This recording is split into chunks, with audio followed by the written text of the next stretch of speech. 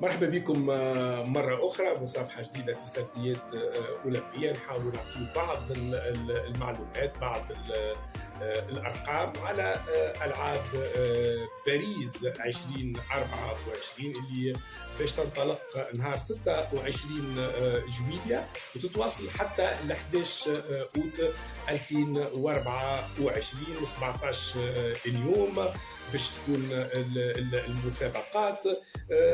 206 دول هذه النسخة، طبعا بزيادة بعض البلدان اللي انضمت حديثا اللجنة الأولمبية الدولية.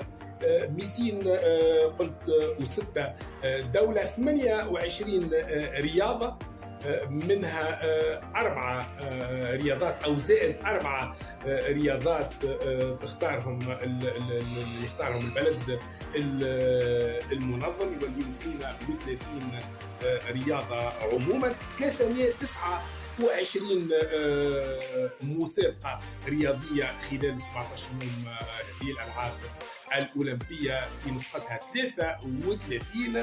10,500 رياضية ورياضي باش يكونوا في الألعاب هذه في باريس، وهو ذات نفس العدد اللي كان في الألعاب الماضية في طوكيو 2020 زائد 1. لعبت الألعاب في صحيفة 2021 طبعا معروف بسبب جائحة كوفيد اللي كانت في السنوات 2021، الله لا يعاودها علينا.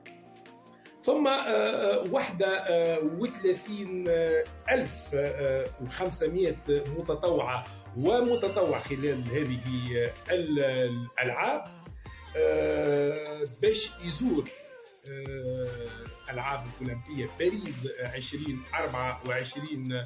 11 مليون و300 ألف زائر للألعاب هذه، و26 ألف صحفي معتمد باش يغطيوا أولمبياد باريس 2024، زائد 8,000 صحفي غير معتمد. هذه بعض الأرقام، بعض الأفكار اللي تخلينا نبني عليها التصور لهذه الألعاب باريس 2024.